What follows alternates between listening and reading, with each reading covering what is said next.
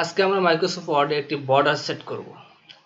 Border set করতে হলে প্রথমে আমরা ডিজাইনে যাব। ডিজাইন থেকে পেজ অর্ডার অপশনটি সিলেক্ট করব। এখানে অনেক ধরনের বর্ডার আছে, আমরা যে কোনো বর্ডার সিলেক্ট করতে পারি। এই বর্ডারটি নিলাম, আউটপুট এখানে শো করতেছে। এখান থেকে আমরা আউটপুট দেখে দেখে আমরা যে কোনোটা পছন্দ মতো সিলেক্ট করে নিতে পারবো।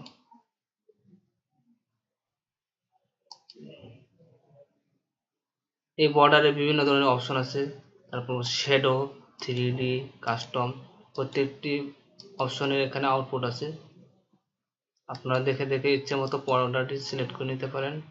আর এই বর্ডারের কালার, এখানে বিভিন্ন ধরনের কালার আছে, আপনি ইচ্ছে মতো যে কোনো কালার দিতে পারেন। এই কালারগুলো পছন্দ না হলে এখানে মোর কালারসে গিয়ে এখানে ইচ্ছে মতো কালার সিলেক্ট করে নিতে পারেন। তারপর এই বর্ডারের হোয়াইট কতটুকু হবে এটাও আপনি এখান থেকে সিলেক্ট করে দিতে পারেন। আমি এটা সিলেক্ট করে দিলাম, তারপর ওকে দেব। এই হয়ে গেল আমার বর্ডার। এছাড়াও এখানে আরো অনেক সুন্দর সুন্দর বর্ডার আছে, এখান থেকেও আপনি ইচ্ছে মতো বর্ডার নিতে পারেন। এই বর্ডার নিলাম, বর্ডার। এভাবে আমরা আরো সুন্দর সুন্দর বর্ডার সেট করতে পারি।